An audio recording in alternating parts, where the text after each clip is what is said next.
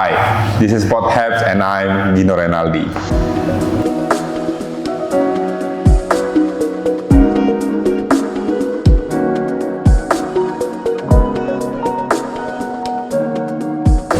So, di video kali ini, episode kali ini spesial sekali karena ada seseorang yang sangat menginspirasi saya dari dulu, dari waktu zaman kuliah. Dialah yang membimbing saya juga untuk resign kerja, fokus konten. So, this is Asrandi. Selamat datang. Waalaikumsalam warahmatullahi wabarakatuh. Waalaikumsalam. Swastiastu, salam namo buddhaya, salam kebajikan. Yes, saya orangnya. Iya. Saya orangnya. Tapi memang Asrandi ini adalah salah satu seniorku di kampus ya. Jadi dulu kita selalu sama-sama untuk lomba. Dari situ kita mulai dekat. Dari situ kita mulai kayak sering-sering ngobrol dan ternyata memang kita punya satu pemikiran yang sama, yaitu mencoba hal-hal baru dan mencoba hal-hal yang kita sukai. Walaupun memang di akademik itu Asrandi kita suka juga ya kan? Pertama saya penasaran pertama. Kenapa? Kau itu juniorku yang lumayan kurang ajar ke saya. Tapi kau selalu panggil saya pakai nama lengkapku. Iyalah. Asrandi. Hampir semua juniorku Randi. Iya kak. Masa kenapa kau nama lengkap? Karena itu tuh Asrandi adalah nama Asrandi gitu. Asrandi tapi terlalu lengkap kayak saya lagi di absen. Iya. Karena gini, itu Asrandi toh, masa kita tidak bisa panggil nama Asrandi? Kan itu satu kesatuan, Ji. Masa kita harus As sama Randi? Berarti pantatnya Randi dong. Kalau kita bedakan begitu ya. Tapi sebelum kau serang saya dengan pertanyaan-pertanyaan intimidasimu sebentar, saya sudah pastikan itu. Pertama saya harus bilang apa yang terjadi sekarang ini, kita lagi bicara begini, ini sesuatu yang spesial untuk saya. Sesuatu yang spesial. Thank you. Harus saya akui kenapa? Bukan masalah podcastnya, tapi karena kaunya. Kenapa? Harus diakui, kayaknya saya orang yang termasuk tahu perjuanganmu, tahu apa yang kau korbankan untuk sampai ke titik ini, tahu bagaimana perjalanan karirmu. Sepertinya saya orang yang cukup tahu itu. Betul. Jadi ketika kau ajak saya datang duduk di sini bicara dengan kau, sepertinya saya merasa spesial karena kau izinkan saya jadi bagian dari perjalanan karirmu. Betul. Iya. Dan itu juga memang salah satu tujuanku juga untuk ngebuat podcast ini adalah ternyata banyak orang-orang yang berada di dalam hidupku sebelum-sebelumnya yang bisa sampai saat ini, kayak ya adalah beberapa orang juga yang saya ajak undang ke sini gitu. Dan kau adalah salah satunya. Dan menurutku rata-rata yang kau undang di sini hampir semua bilang yang saya bilang tadi. Enggak juga. Kau sini. Saya kasih tahu, saya penontonnya Podhabs yang paling sering nonton. Semua episodenya saya nonton. Kasih saya pertanyaan yang kau undang ke mereka, saya jawab dengan jawabannya Ruli, dengan jawabannya Ater, saya bisa jawab. Asik. Saya bisa jawab. Saya penontonnya Podhabs. Yang lain mungkin menjilat. Saya kasih lihat mana nih kameramen kau. Saya kasih lihat Podhabs. I love you Podhabs. I love you Podhabs. Kurang apa ini? Cuma saya. Kurang deh. I love you Podhabs. Saya tidak menjilat ini. I love you Podhabs. Astagfirullah. Ya. Ini ditulis sebelum podcast ini ada. I love you Podhabs. Sangat memang komedian ada masuk gini kayak keren. Thank you Asrandi. Dan kau memang salah satu orang yang sangat support saya dan sangat sangat senang saya berada di dalam lingkunganmu, dan juga mungkin orang-orang yang berada di lingkunganmu itu sangat terhibur akan adanya kau. Kau merasakan itu gak Asrandi? Sangat merasakan. Iya. Dan mungkin harus diakui, saya kadang-kadang harus minta maaf juga. Memang tadi bagimu saya support kau, tapi saya juga merasa sepertinya saya terlalu sering marah-marah sama kau. Terlalu sering. Kadang-kadang kalau ada yang kau upload, langsung saya komen, jangan begini. Betul. Hapus ini, tambahkan ini. Meskipun kadang-kadang kau tidak peduli juga. tapi ya. Dan juga orang-orang di sekitarmu juga sangat kok ayomi begitu ya? Kenapa kok bisa begitu Kak? Pertama, saya punya kebiasaan yang saya tidak tenang kalau saya lihat orang punya potensi terus dia diamkan. Saya tidak tahu kenapa. Saya terlalu kadang-kadang suka istilahnya itu. Involve. Tidak tenang itu. Harusnya kau bisa lakukan ini kan saya tahu potensimu. Ditutup saja. Sebentar lagi itu. Ya, kayaknya karena background pernah kerja jadi HRD. Oke. Saya pernah kerja jadi HRD di salah satu perusahaan swasta di Kendari, dan pekerjaannya setiap hari adalah melihat potensi karyawan, kemudian membantu dia mengembangkannya. Saya lakukan itu selama 2 tahun 8 bulan. Nah, ternyata terbawa-bawa di lingkungan. Ketika saya lihat ada teman yang punya potensi, sepertinya saya akan jadi orang yang paling cerewet untuk kasih tahu dia, kau bisa lebih dari itu. Makanya saya lumayan merasa sangat cerewet dengan kau. Karena harus saya akui, saya terlalu sering lihat kau punya potensi yang di luar latar belakang pendidikan. Saya terlalu sering. Memang. Terlalu sering. Memang. Iya. Dan itu juga salah satu apa sih kalau dibilang itu kayak motivasi. Salah satu motivasiku juga untuk kayaknya saya bisa juga deh, karena ya itu tadi kan orang-orang yang berada di sekelilingku juga, ya ada kau di situ gitu ya, untuk bisa kayak ini kok bisa bikin konsep seperti ini. Apakah aku melakukan itu ke semua orang, Randy? Sepertinya harus disadari dulu apakah kita akrab atau tidak. Karena untuk bilang kau punya potensi ini sebaiknya kau begitu, sepertinya harus kita akrab dulu. Karena kalau kita tidak akrab, orang itu gampang merasa dijudge. Karena kan orang akan bilang, saya lebih tahu diriku daripada kau. Iya, kenapa kau terlalu... akan ada potensi itu. Tapi kalau kita akrab, ketika saya bilang itu, meskipun kau bilang kau bantah saya, kita akan diskusi pasti. Endingnya kan kita sering diskusi sampai jam 12 malam, sampai jam 3 subuh. Meskipun perdebatan dan tidak sepakat, tapi endingnya kita diskusi. Tapi kalau kita tidak akrab, mungkin kita akan saling judge. Habis itu tidak ada percakapan lagi. Nah, saya senang sampaikan itu. Mungkin kalau ditanya kenapa, sepertinya karena peduli kayaknya. Kau terlalu peduli sama orang lain. Saya tidak tahu, mungkin peduli. Saya tidak tahu dari mana perasaan ini kenapa bisa muncul, tapi saya peduli. Saya tidak tahu kenapa. Peduli. Dan bukan cuma kau yang saya kasih begitu. Beberapa teman yang saya ketemu yang saya anggap dekat, langsung saya tembak itu. Saya sering ajukan pertanyaan yang sama dengan yang saya ajukan di kau kan. Kan saya bilang, Gino, kenapa kau masih tidak mau tunjukkan potensimu? Kenapa kau masih malu-malu? Nah, sering saya tekan orang itu, dan saya kayaknya bapak-bapak yang sering menekan kayaknya. Kau bisa. Dan itu adalah salah satu intuisi. Intuisi dari itu, Randy. Kayak gimana tuh? Intuisi kayak, kau lihat ini orang-orang yang berpotensi, terus tiba-tiba ada kayaknya kau bisa deh. Dan orang-orang yang seperti itu, Randy, menurutku tidak terlalu banyak untuk kita temui. Kayak ada intuisi kalau, kayaknya dia bisa besar deh, kayaknya dia bisa besar deh, kayak gitu. Yang bikin orang-orang seperti itu tidak terlalu banyak, karena harus kita akui, ada banyak juga orang yang tidak senang melihat orang lain mencapai sesuatu. Betul. Ada. Oh iya. Ada itu. Iya. Dan yang paling sering itu adalah orang-orang yang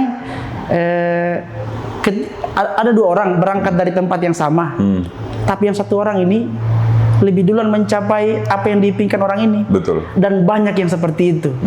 Nah, akhirnya bukan kasih tahu potensinya, tapi dia kasih tahu, aku tidak bisa lah. Kau tidak bisa lah, jangan Mila. Masih banyak yang lebih baik dari kau. Betul. tapi ada yang begitu, ada.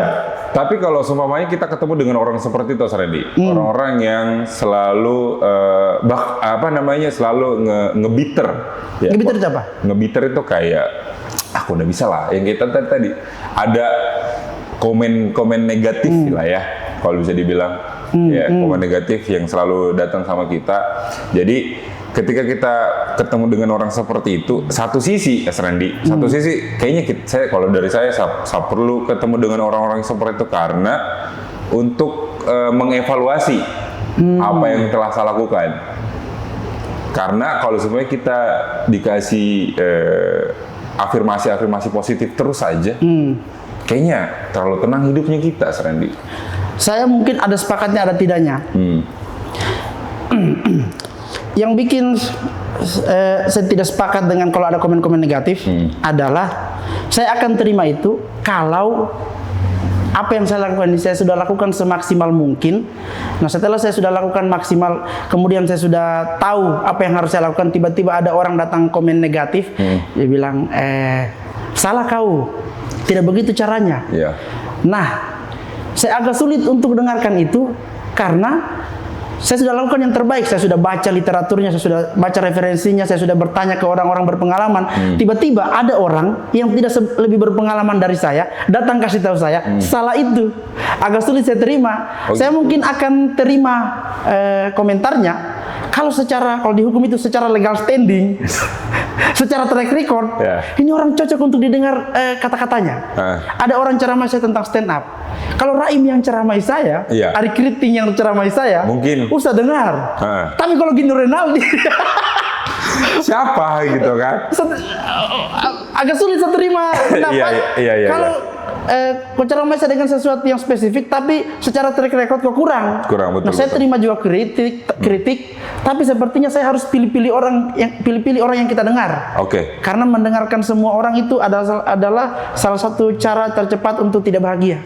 Mendengarkan kritik seseorang adalah mendengarkan semua orang. Salah satu cara tercepat untuk tidak bahagia. Karena itu kan kita membuat bahagia semua orang. Betul. Dan sebenarnya juga ada beberapa orang juga ya, Serandi, kayak gini, ada orang yang berpendapat bahwa ya kritikan dari luar itu lebih bagus sebenarnya daripada kritikan dari dalam. Karena kalau kritikan dari luar kita melihat point of view dari dari luar gitu, dari penonton, dari audiens gitu, dibandingkan kritikan yang dari dalam. Kalau kritikan dari dalam sebenarnya lebih kepada teknis, ya kan, ya teknik-tekniknya yang kayak gitu-gitulah. Ya sebenarnya yang bikin kritik dari luar itu bagus karena orang-orang yang berada di luar kita itu bisa dipastikan dia netral. Makanya ketika dia kritik kita, nah kadang-kadang dia tidak terpengaruh dengan karakternya kita, kedekatannya kita tidak terpengaruh, dia netral. Nah, cuman kadang-kadang yang harus kita filter juga, kritik dari luar bagus, tapi coba lihat kritiknya, apakah itu memang sesuatu yang masih bisa kita kendalikan begitu. Karena harus kita akui, kritik yang dari luar itu adalah hal-hal yang ada di luar kendalinya kita itu. Tidak bisa kita kontrol itu seberapa banyak yang mereka mau bilang, seberapa kasar yang mereka mau kasih tahu ke kita, tidak bisa kita kontrol itu. Nah, makanya kadang-kadang yang bisa kita kontrol adalah respon kita terhadap kritik itu. Apakah kita mau ambil kritik itu terus kita merenung di kamar di sudut-sudut. Kita ngapain itu? Ada apa? Minum obat tuh. Oksigen. Gitu. Tergantung caranya kita merespon kritik itu toh. Nah, menurut kritik itu baik, tapi yang paling terpenting bukan kritiknya. Cara kita merespon kritik itu yang lebih penting dari kritiknya. Menurutku. Output dari kritikan itu apa? Gitu kan. Kita itu setiap hari pasti dapat kritik setiap hari. Dari keluarga, dari teman, dari media sosial dapat kritik. Tapi yang bedakan kita dengan orang lain, caranya kita merespon. Ada orang yang harus kita akui terlalu banyak berita-berita orang bunuh diri karena tidak tahan dengan tekanan sosial. Ada orang tidak mau keluar bergaul karena tidak terima. Ada orang bulan puasa tidak mau pulang kampung karena tidak tahan dengan tekanan keluarga. Tidak tahan karena dia belum bisa dituduh sukses. Tidak tahan, kenapa kau belum sukses? Kenapa kau tidak mendaftar ke 3K? Ada orang yang kadang-kadang harus kita akui dia fokus ke kritiknya, bukan di responnya terhadap kritik. Nah itu salahnya. Sangat salah kalau terlalu fokus di kritiknya. Fokus di responnya kita, karena ini yang dalam kontrolnya kita ini. Betul. Itu ya. Itu. Dan memang kau selalu memilah-milih kritikan itu, dan juga ada beberapa kritikan menurutku juga yang yaitu tadi. Ada beberapa level ya kali ya. Toh kritikan orang yang ini, ada kritikan dari orang terdekatnya kita, ada kritikan dari orang-orang luar begitu. Kalau kau ini, kau pernahkah untuk memikirkan salah satu kritikan? Memikirkan, ada yang kritik. Iya, ada yang kritik nih. Kemudian saya kepikiran. Harus diakui itu situasi yang jarang sekali saya rasakan. Iya. Ada orang kritik, Terus saya pikirkan kritikannya, merenungkan. Sepertinya itu situasi yang jarang sekali saya rasakan. Walaupun kayak tadi, kayak Bang Raim yang kritik kau. Kalau posisinya dia punya track record yang besar, sepertinya lumayan kepikiran. Ada contohnya? Contohnya kayak saya itu paling sering dikritik stylemu, Randi. Stylemu. Sering saya dikritik. Stylemu gitu deh. Jaket. Dulu ini apa namanya, kemeja. Saya dikritik. Kenapa masuk akal pakai jaket, celana training, sepatu sneakers? Tidak masuk akal ini sebenarnya. Mau pergi nobar, mau ketemu seseorang, saya masih pakai training. Padahal dia tidak tahu saya pakai ini karena ini style lari. Saya mau ketemu Ginos ini sana, kau juga. Saya lumayan sering dikritik tentang style. Dan saya tahu kritiknya mereka benar karena mereka orang yang stylish. Tapi saya agak sulit terima kritik itu karena kayaknya saya terlalu fokus dengan apa yang saya nyaman. Nah, saya lumayan bingung juga ini bagaimana cara tangkapnya. Orang-orang yang kritik saya ini, saya akui secara fashion mereka bagus sekali. Tapi saya tidak tahu bagaimana cara respon mereka karena saya fokus dengan apa yang saya nyaman. Apakah saya salah menurutmu sebagai orang yang stylish? Harus diakui stylish bagus. Kan nyaman, Asadi. Semua style, semua apa yang kita pakai, apa yang kita lakukan. Bahkan ada yang bilang apa yang kita kerjakan itu selagi kok nyaman, ya it's okay, fine-fine aja. Cuman memang ada beberapa unwritten rules. Saya paham ada itu, tapi saya kayak terlalu fokus dengan apa yang saya nyaman. Jadi agak sulit itu ketika saya dikritik. Tapi yang kritikan itu ternyata tidak membuat saya nyaman. Ketika saya lakukan dan ternyata tidak membuat saya nyaman, nah agak sulit saya terima. Tapi kalau ternyata yang kritik itu punya track record yang memang mumpuni untuk dia mengkritik, sepertinya saya akan lumayan kepikiran ini. Tapi nggak apa-apa. Maksudnya kalau memang kau nyaman dengan yang seperti itu, oke, maksudnya karena memang itu adalah stylemu dan kau nyaman dan sopan juga. Sebenarnya fokusku saya adalah yang penting tidak mempertontonkan aurat. Tapi kan membentuk aurat ini. Saya tidak tahu bagaimana batasannya mata kaki kan. Membentuk aurat. Yang penting jangan kok pakai legging saja itu sih. Kalau masih training oke lah. Saya harus diakui saya lumayan tidak peduli dengan apa kata orang dan lumayan sedikit empatiku untuk peduli dengan apa kata orang. Saya tidak tahu kritik macam apa yang akan buat saya marah. Saya tidak tahu. Karena penerimaanmu sudah begitu besar. Nah, saya tidak tahu bagaimana cara kenapa bisa saya tidak bisa marah. Bahkan saya lupa kapan terakhir kali saya marah. Masa, Bang? Saya lupa kapan terakhir kali saya marah. Masa? Saya tidak tahu kapan, saya lupa. Berarti tidak pernah kayak ya jokes-jokesnya teman-temanmu kan, circle-circle-nya kita kan, jokes-jokesnya sangat luar kepala toh. Ada yang parah sekali. Agak sulit. Jadi kira-kira bahkan saya penasaran apa sekarang yang bisa buat saya marah dalam lingkungan pertemanan, nongkrongan. Sepertinya sudah tidak ada kayaknya. Dikecewakan perempuan kah? Dikecewakan perempuan. Pertama, saya agak sulit marah itu karena menurutku ketika ada perempuan yang kecewakan saya, dia yang rugi. Nice. Menurutku dia yang rugi. Karena dia kehilangan orang yang akan kasih dia senyuman termanis apapun kondisinya. Dia kehilangan itu, dia yang rugi. Saya terlalu percaya diri, saya terlalu tahu tentang diriku, akhirnya menurutku dia yang rugi. Iya, karena saya tahu kualitasku, saya tahu kapasitasku, saya tahu apa yang bisa saya lakukan kalau kau sama-sama saya akan lakukan 100%, saya akan kasih yang terbaik. Menurutku dia yang rugi. Jadi saya agak sulit menyesal, masa menyesali dia yang rugi. Oh gitu. Berarti agak sulit. Berarti kalau dari sisi percintaan udah bukan lagi ada hal-hal yang marah ketika dikecewakan. Dari sisi percintaan sekarang saya cuma lagi tunggu siapa orang yang beruntung dapatkan saya. Amin. Itu adalah salah satu kabar yang satu tunggu juga sebenarnya, Bang. Dari kau. Salah satu kabar yang selalu satu tunggu dari seorang Asrandi adalah Siapakah yang beruntung bisa mendapatkan Nasrandi atau bisa bersama-sama dengan Nasrandi? Serius. Dari dulu saya selalu mempertanyakan itu dari kita kuliah. Oh, mungkin karena kau tidak pernah lihat saya upload foto story dengan perempuan kayaknya. Satu, yang kedua, ya kau nggak pernah lihat kau bersama perempuan begitu ya. Makanya saya pertanyakan, apakah ini Nasrandi adalah seseorang yang memang tidak suka gitu dengan perempuan atau bagaimana? Jadi mungkin itu konsekuensi dari mengejar mimpi kayaknya. Ada yang harus dikorbankan. Nah sekarang itu saya anggap pacaran itu adalah liabilitas. Liability itu. Jadi dalam teori ekonomi itu liability itu adalah sesuatu yang mengeluarkan pengeluaran lebih banyak tanpa memberikan pemasukan.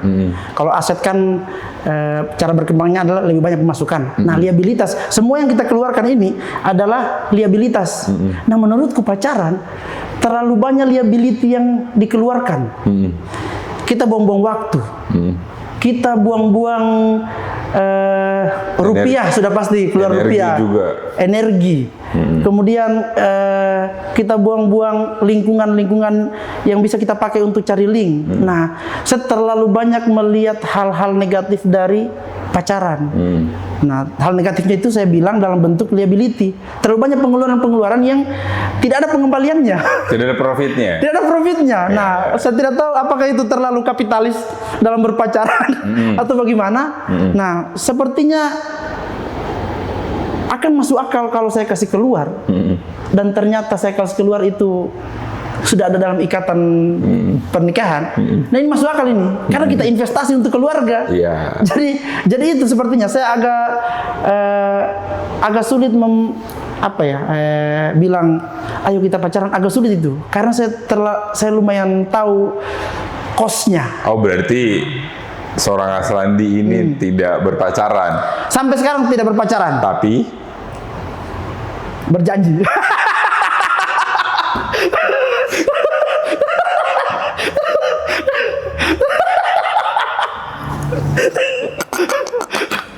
Janji dulu.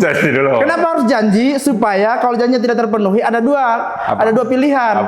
Apa kita putus kontrak atau kita lanjut kontrak? Oh, berarti Asrandi adalah seseorang yang menganggap hubungan itu ada kontraknya, ada perjanjiannya. Harus ada perjanjian. Kenapa? Karena tidak didasari dengan rasa cinta, rasa sayang, tapi karena harus ada perjanjian dulu. Kau maunya apa, saya maunya apa. Menurutku utamakan kepastian daripada cinta. Cinta tanpa kepastian itu tuh buang-buang waktu. Tapi kalau kepastian dulu, cinta itu akan menyusul. Kita kadang-kadang itu akan nyaman seiring berjalannya waktu. Kadang-kadang itu waktu yang jawab. Tapi yang terpenting itu kepastian dulu. Jadi janji saja dulu kan, kita berjanji begini. Kalau ternyata perjanjiannya ternyata ada yang one prestasi, beberapa unsur tidak terpenuhi, batal demi hukum. Bisa batal demi hukum atau kesepakatan para pihak ternyata untuk mengakhiri, biar nih. Karena kalau istilah pacaran dia terlalu mengekang. Akhirnya kita tidak punya, mungkin ini agak jahat, tapi sepertinya kalau kita bisa dapat yang terbaik, lebih baik dari dia, kenapa tidak? Maksudku. Tapi kan tidak ada orang sempurna. Tidak ada orang yang sempurna, tapi kita punya pilihan untuk seleksi. Ada di tangannya kita itu seleksi. Tapi mau sampai kapan mau seleksi coba? Akan selalu ada orang baik, akan selalu ada orang yang lebih daripada seseorang. Mau sampai kapan? Sepertinya hanya kita yang paling tahu mau sampai kapan. Iya. Karena kita tahu pasti, batasnya kita sampai di sini. Tuntutan umurnya kita sudah sampai di sini. Dan mungkin penghasilannya kita sudah cukup untuk mengakhiri proses seleksi ini. Nah, tapi kalau pacaran, ada momen, anggaplah kita tidak suka ternyata seiring perjalanan waktu ternyata karakternya sudah tidak cocok. Tapi karena ada stigma pacaran ini, akhirnya kita tetap lanjut karena dia pacarku, anggaplah begitu kan. Tapi kalau sifatnya, sebenarnya saya lebih sepakat kita jalani saja dulu. Kenapa kita harus jalani saja dulu? Karena di perjalanan kan bisa berubah toh. tiba-tiba tikungan tajam, kau tidak tahu toh? Enggak. Maksudnya karena ada beberapa orang juga yang mengatakan kalau jodoh itu, Asrandi, jodoh itu dikejar memang. Kaum yang ngebuat dirinya bahwa dia ini adalah jodohmu gitu ya. Make it happen, bukan kayak oh dia ini kayaknya orangnya deh. Tapi kayak oh saya mau jadi dia, saya mau dia jadi orangku gitu ya. Saya mau dia jadi pasanganku seumur hidup. Saya mau dia. That's all. Gitu. Tidak sepakat. Kenapa? Kalau jodoh itu dikejar tuh capek. Karena kita mengejar pasti. Dunia ini mana ada yang tidak capek, Serandi? Kalau menurutku saya lebih sepakat dengan jodoh adalah cerminan diri. Iya. Anggaplah kita bercermin. Kita lihat nih. Oke, jodoh seperti apa yang saya inginkan. Berarti kalau jodoh seperti apa yang saya inginkan, berarti saya harus bikin diriku sesuai dengan jodoh seperti apa yang saya inginkan. Jadi posisinya itu memantaskan diri saja. Kalau kita sudah memantaskan diri, menurutku Tuhan tidak akan setega itu memberikan kita jodoh yang di bawah, tidak sesuai dengan cerminan dirinya kita. Menurutku itu. Dan sepertinya yang bikin saya tenang itu karena Lauhul Mahfuz. Apa? Lauhul Mahfuz. Jodoh, ajal, rezeki sudah tertulis 500 tahun sebelum kita dilahirkan. Dia sudah tertulis. Nah, jadi semakin tenang berarti kalau begitu. Dan kalau sudah tertulis, harusnya kita lebih tenang. Kenapa? Karena yang pilihkan kita adalah sebaik-baik yang memilih. Jadi agak sulit saya galau. Oh, termasuk kata galau. Saya mulai tidak akrab dengan kata galau. Karena banyak sekali yang kau kerjakan atau banyak sekali yang kau pikirkan dan banyak sekali ya itulah yang kau pikirkan selain dari percintaan. Makanya kau nggak galau. Agak sulit itu. Saya itu sering dekat perempuan. Kalau saya dekat dengan cewek, dengan perempuan, hal pertama yang akan saya bilang ke dia adalah untuk saat ini kau bukan prioritasku. Oke. Prioritas utamaku adalah mimpiku. Jadi kalau kamu sama saya, bikin komitmen sama saya, yang penting kau ikhlas jadi prioritas kedua. Karena prioritas utamaku adalah mimpiku. Kenapa saya harus prioritaskan mimpiku? Karena hanya dengan meraih mimpiku, kau bisa bahagia dengan saya. Kalau saya tidak raih mimpiku, saya prioritaskan kau, saya tidak kerja, saya WhatsApp kau tiap hari, teleponan tiap malam. Masa kamu mau menikah sama orang yang kerja cuman bicara tiap hari, percuma kan kalau lapar. Tapi kan harus ada maintenance-nya, Bang. Sama maintenance, tapi ketika dihadapkan dengan dua pilihan, apakah memilih mimpi atau memilih sang kekasih, sepertinya saya pilih utamakan mimpi dulu. Nah, kadang-kadang perempuan agak sulit terima itu. Karena perempuan butuh perhatian, butuh diutamakan. Iya, makanya butuh diprioritaskan. Butuh diprioritaskan, tapi itu yang sering saya bilang, semua yang saya dekat saya bilang semua saya hantam pukul lurus. Kau kalau mau sama saya berarti banyak begitu ya. Memang katanya orang yang sudah terkenal itu agak gampang untuk memilih perempuan. Tuh, jangan dulu, itu lumayan menjudge itu, lumayan menjudge. Lumayan menjudge itu. Tidak seterkenal itu juga. Apa juga cuman kita jadi bergaul. Jadi sekarang pertanyaanku, jadi di kepalamu itu saya bagaimana? Ekspektasimu di kepalamu, saya ini apa? Bagaimana? Iya, Asrandi. Seniormu dihukum, oke, masa terima toh? Lucu. Tapi ada kata terkenal, ya Allah. Dan terkenal, semua semua orang-orang yang kenal saya, teman-temanku sudah pasti tahu seorang Asrandi itu seperti apa. Asrandi itu bagaimana, kayak gitu. Orang yang rajin, orang yang konsisten, gitu. Mungkin di media sosial, di HP, mungkin di layar handphone. Iya. Menurutku kau lebih terkenal dari saya, karena orang yang terkenal itu pasti lebih sering muncul di layar HP. Kau yang lebih sering muncul di layar HP. Buktikan lagi. Sudah. Hei, fotomu di HP gua ada fotonya Gino hei, fotomu. Berarti lebih terkenal. Wallpaperku gini. Wallpaperku Dan ini sudah ada sebelum kita podcast, sebelum kita lulus. Wallpaperku muka berlebihan. Gino di sana lebih terkenal kau. Bahkan di HP wallpaper. Pantas dari tadi HP-nya dihadapkan ke bawah. Betul. Tas tertarik. Barang bukti guys, saya anak mahasiswa hukum, saya sarjana hukum berbicara berdasarkan bukti guys. Saya punya bukti. Astagfirullah. Jadi Masuk tidak lagi valid, ya. tidak valid. Dua gimmick ya dua. Sudah dua keluar gimmick ya guys. So, Bang, kau yang lebih terkenal, Bang. Kau yang lebih terkenal. Maksudnya, apalagi brandingan Asrandi adalah seorang manajernya Bang Raim Laude. Pertama, sekarang sudah tidak.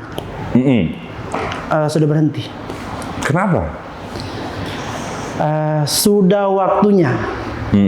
Kalau jawabannya sudah waktunya, berarti pertanyaannya, kenapa waktunya sekarang? Iya. Menurutku mulai hari ini, mulai bulan ini, mulai tahun ini, kayaknya Raim itu dia akan lebih besar dari sekarang. Dia akan lebih terkenal dari sekarang. Amin. Menurutku dan amin. Nah, kalau di film Spider-Man ada Uncle Ben, Paman Ben. Oh, ya. Paman Ben. Dia bilang The greatest power. with great power comes great responsibility.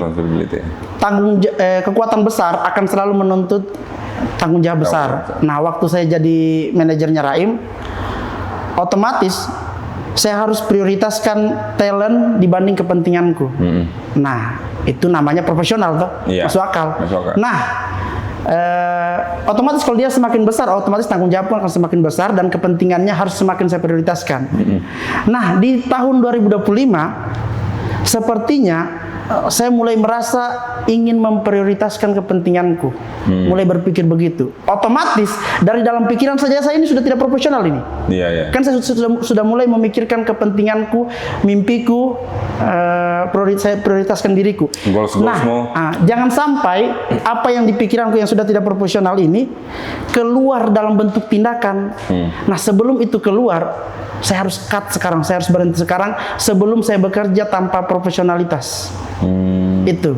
Jadi makanya kan sekarang waktu yang tepat untuk berhenti karena saya sudah mulai merasa tidak profesional sejak dalam pikiran dan mungkin takut dalam tindakan juga. Makanya kenapa putuskan untuk berhenti. Berhenti deh. Sebenarnya saya tidak berhenti kerja dengan Raim karena menurutku saya sama Raim saya tidak kerja. Ya. Saya sedang sekolah. Belajar ya. Saya belajar. Jadi ketika saya berhenti, bukan berhenti, mungkin lebih tepat saya lulus. Saya lulus. Otomatis kalau saya lulus berarti saya dapat ilmu dan yang sedang saya lakukan ini sekarang detik ini yang sedang saya lakukan, saya hanya sedang melakukan apa yang diajarkan Raim ke saya. Sekarang ini saya sedang lakukan dan tahun-tahun ke depannya mungkin saya hanya sedang melakukan apa yang diajarkan Raim ke saya. Sekarang ini. Dan berapa tahun kan? Saya kuliah 2 tahun 8 bulan, di Raim juga hampir 2 tahun. Start dari Desember 2022, berarti 2 tahun lah. 2 tahun. Jadi sepertinya sama dengan waktu kuliah, masih masuk akal. Waktu belajar berarti S2 lah. berarti S2 Raim, Arab Asrandi, SH, LDR, LDR, Laude Raimudin. Asrandi SH, LDR, Laude Raimudin. Oh iya, berarti kerja di Raim itu S2 aku. 2 tahun kan? Tapi dalam mata kuliah entertainment. Asik. Iya. Entertainment. Memang karena Bang Raim itu ilmunya nggak pelit ya, Bang? Dia termasuk orang yang pertama harus kita bilang berilmu karena aktivitas membacanya harus diakui. Saya rajin membaca, tapi Raim berkali-kali lipat rajin membaca dari saya. Alasan saya kerja sama Raim, saya cuman kaget ternyata di dunia ini saya lihat dengan mata kepalaku, dengan mata telanjang, ada orang yang membaca lebih rajin dari saya. Cuman itu. Saya pertama kali sama-sama dia saya kaget, saya lihat ada orang yang kan saya rajin sekali membaca menurutku, tapi saya jarang lihat ada orang yang rajin membaca dari saya. Nah, ketika saya lihat orang itu, berarti saya harus dekat dengan orang itu. Otomatis. Cuman itu alasanku kenapa, karena saya lihat dia lebih rajin membaca dari saya. Dan alhamdulillah memang dia ilmunya lumayan dan harus diakui senang berbagi. Iya ya. Terakhir itu waktu saya berhenti sama Raim, saya bilang sama dia, kita duduk di hotel di samping kolam. Saya bilang ke dia, yang bikin saya berhenti dari profesi manajer ini adalah karena kau. Kenapa? Karena kau kasih saya terlalu banyak ilmu untuk bisa mandiri di entertainment. Karena kau. Terus dia bilang,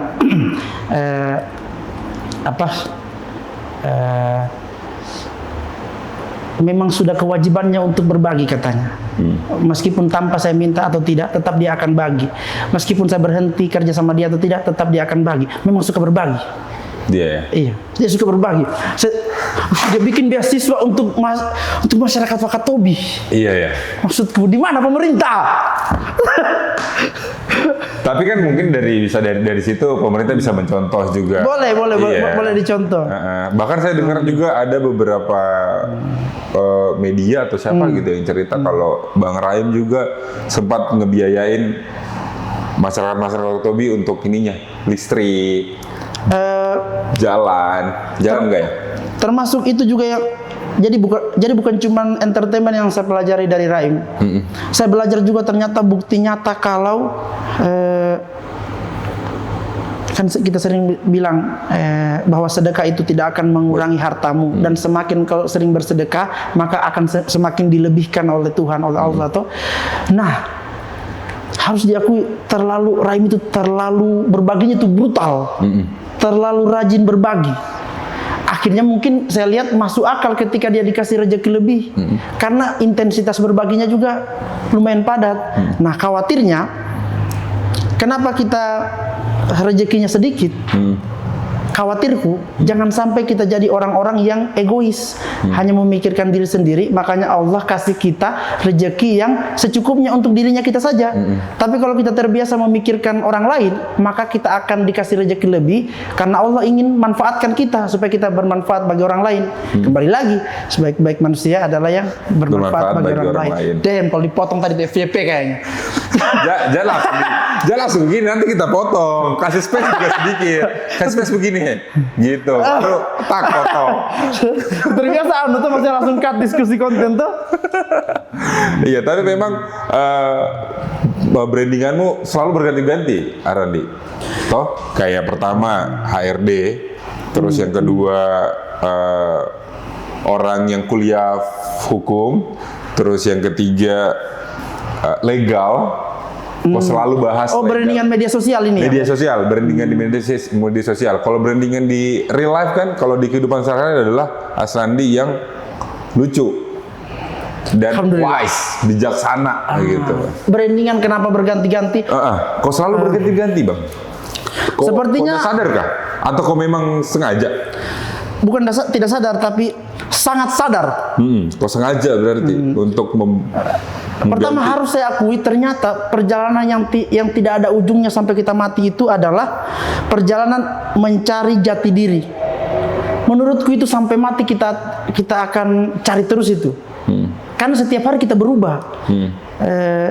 Waktu kuliah, jati diriku mahasiswa hukum.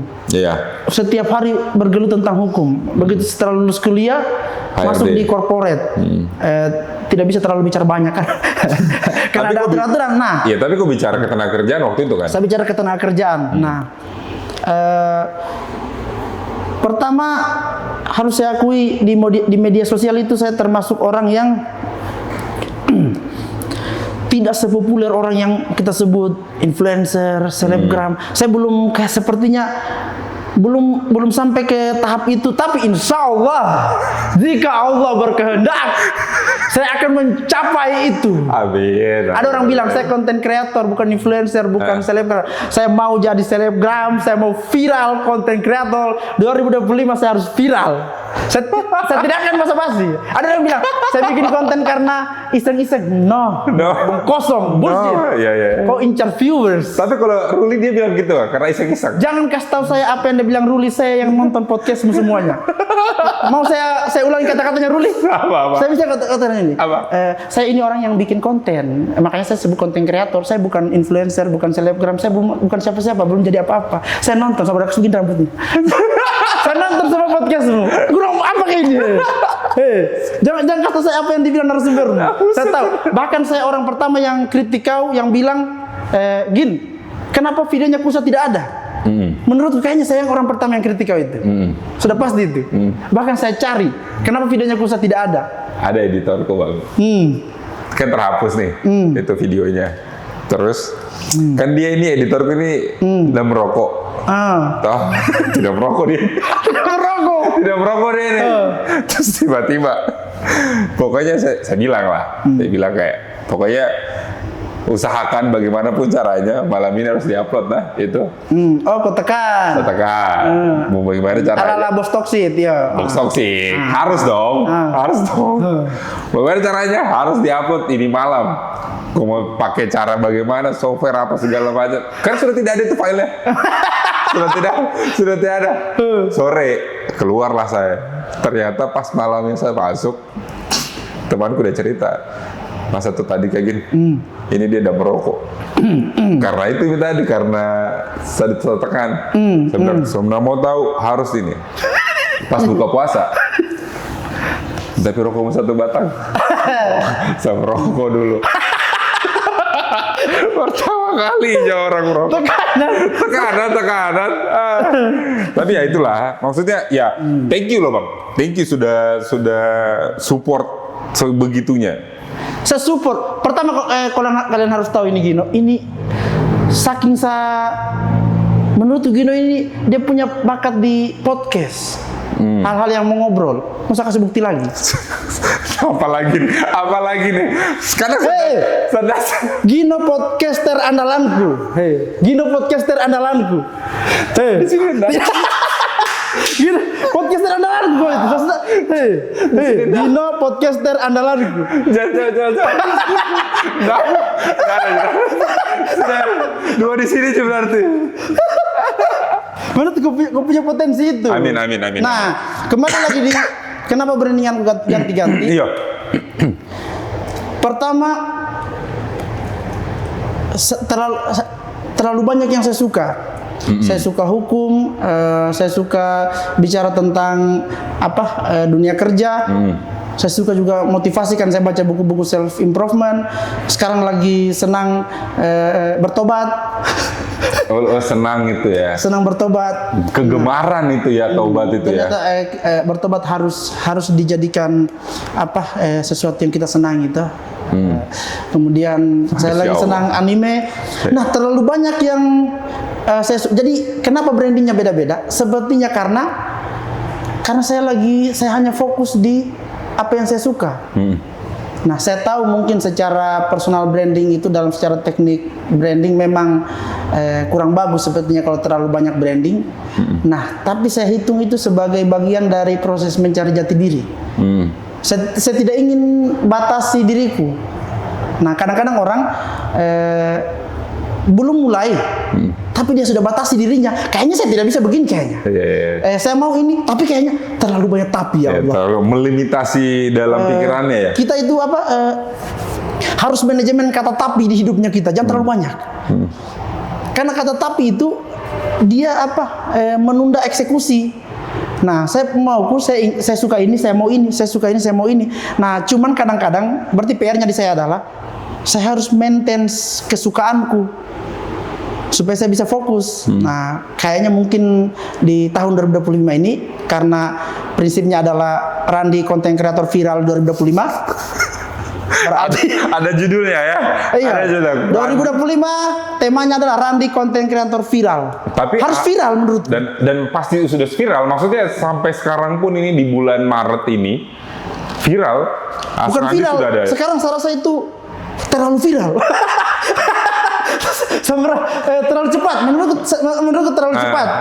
Tapi harus disyukuri kan. Kenapa? Oh ini lumayan serius ini. Kenapa mau jadi content creator? Menurutku sekarang saya adalah 100% content creator. Karena Full time content creator sekarang. Kalau kau tanya saya sekarang setelah jadi manajernya Raim, saya full time content creator sekarang detik ini. Full time. Makanya masuk akal. Saya bisa pastikan di HP-mu mukaku paling sering muncul. setiap buka Instagram dia lagi, setiap buka Instagram dia lagi. Iya. Saya bisa pastikan di semua temanku yang follow saya, mau itu yang saya follow atau tidak, saya bisa pastikan mukaku adalah yang paling sering muncul. Karena setiap hari minimal 2 konten yang akan kau upload. Karena setiap hari saya cuma pastikan saya bukan yang terlucu, saya bukan yang terbagus editingnya, saya bukan yang terganteng, saya bukan yang terbaik kontennya. Saya cuma pastikan setiap hari saya adalah content creator yang paling rajin. Cuman itu yang saya pastikan. Kan saya tidak bisa kalahkan kau konten kreator terganteng. Saya tidak bisa kalahkan kau. Ruli terlucu, lucu manusia. Ekot. Tidak bisa kita lawan itu barang. Iya. Tapi kalau paling rajin, sepertinya saya masih bisa kayak kalau paling rajin. Iya. Cuman di situ kayaknya sesuatu yang saya bisa kontrol. Jadi yang jadi yang paling rajin sepertinya. Jadi full time content creator kalau sekarang. Dan kau happy? Pertama harus diakui terlalu happy. Harus diakui waktu kuliah kita sering berdebat itu tentang apakah mau daftar CPNS atau mau hidup dalam ketidakpastian di pengacara. Dan itu kita sering berdebat. Betul. Sering sekali. Kayaknya kau dengan saya satu pemahaman kan? Satu pemahaman. Lawannya kita kan Fasman dengan Nuzul. Asrandi siapa lagi? Said dengan Fasman lawannya kita kan. Nah, dan ternyata terbukti. Mereka menuju kepastian. Kita sekarang berada dalam ketidakpastian.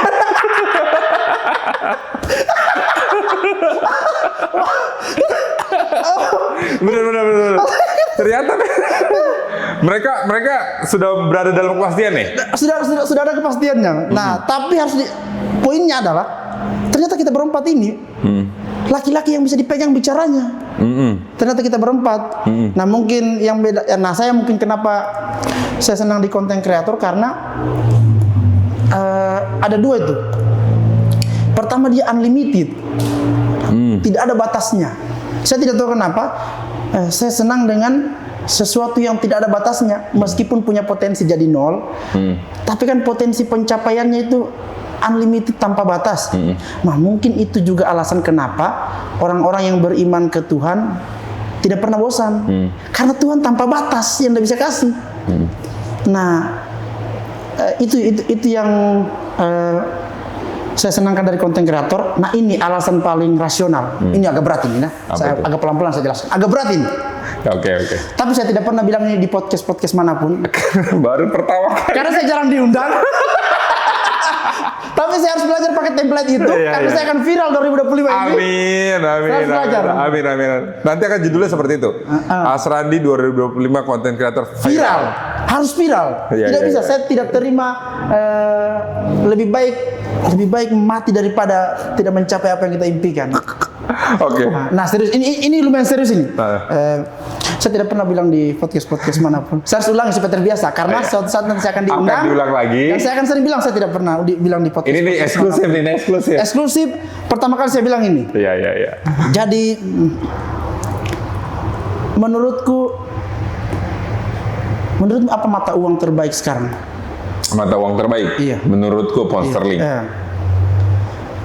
Menurutku mata uang terbaik sekarang adalah bukan rupiah, bukan pound sterling, bukan kripto, bukan bitcoin. Tapi menurutku mata uang terbaik sekarang adalah attention, perhatian. Nah, sekarang kita bedah. Sekarang itu orang rela tukar apapun demi dapat perhatian. Sekelas pemilu kemarin, orang tukar demi perhatian. Nah, perhatian ini bisa buat kita dapat kesempatan yang tak terbatas. Sebagai contoh, kau pilih mana? 1 juta rupiah, 1 juta pound sterling, atau 1 juta followers? Orang akan pilih 1 juta followers Karena dengan 1 juta followers bisa buat kita dapat lebih dari 1 juta rupiah. Nah, si attention ini, kalau kita bilang, masalahnya kan attention ini, perhatian ini tidak divalidasi sama OJK dan Bank BI. Tapi kan kalau kita percaya bahwa mata uang itu definisinya adalah alat tukar untuk sesuatu, nah kita terlalu sering lihat bukti orang menukar apapun demi attention, demi dapat perhatian. Itulah kenapa ada endorse, itulah kenapa ada barter exposure, ada orang dibayar demi promokan ini. Nah, semua mata uang ada inflasinya, ada deflasinya. Tapi mata uang attention tidak berkurang. Kok di endorse? Karena followers 1 juta.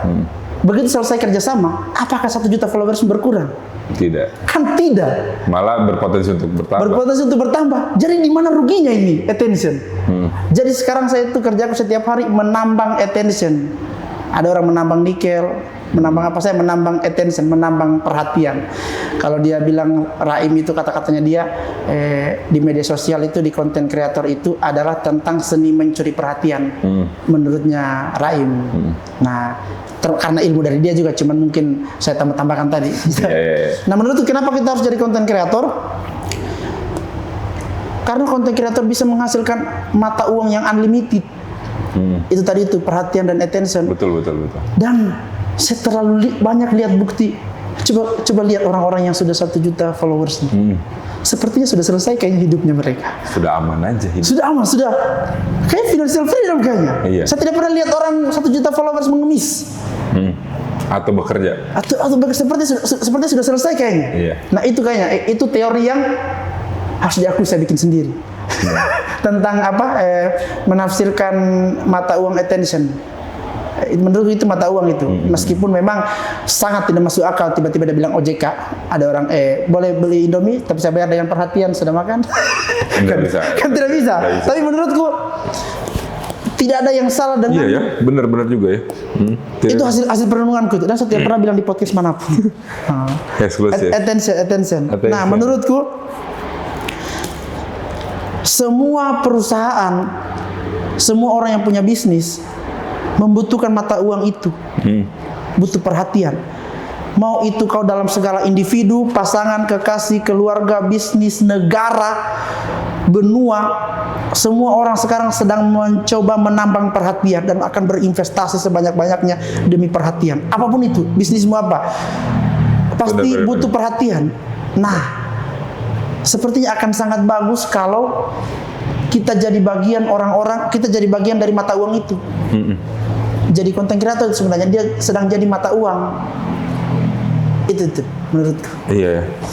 Tidak tahu apakah dari kau sependapat atau punya tambahan, Bang? Setuju Bang. Setuju banget. Karena ya itu tadi yang gue bilang, semua orang butuh attention.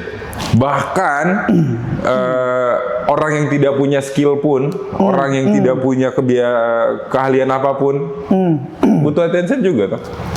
Kalau kau tidak punya skill tapi kau banyak yang perhatikan, kau akan lebih laku daripada orang yang punya skill. Betul. Sering kita lihat itu kayaknya kita lebih jago dari dia, tapi dia lebih laku dari kita karena lebih banyak yang perhatikan dia. Nah, jadi ternyata skill saja tidak cukup. Tidak cukup. Jadi ternyata kalau dia bilang founder stand up itu Panji Pragiwaksono bisa berkarya dengan skillnya kita, itu berbeda dengan bisa hidup dari skillnya kita. Dua hal yang beda itu. Nah, kadang-kadang orang ternyata sudah puas dengan, oh saya sudah punya skill, saya sudah bisa bikin karya, sepertinya saya sudah bisa hidup ini. Nah, tidak cukup itu. Harus ada ilmu lain di luar dari bisa hidup dari skill. Nah, ilmu lain ini isinya membosankan. Bagiku, marketing, personal branding, pemasaran, administrasi, manajemen, membosankan nih. Tapi cuman dengan ilmu ini kita bisa hidup dari skillnya kita.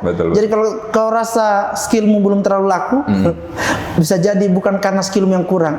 Kau kurang ilmu branding, pemasaran, marketing.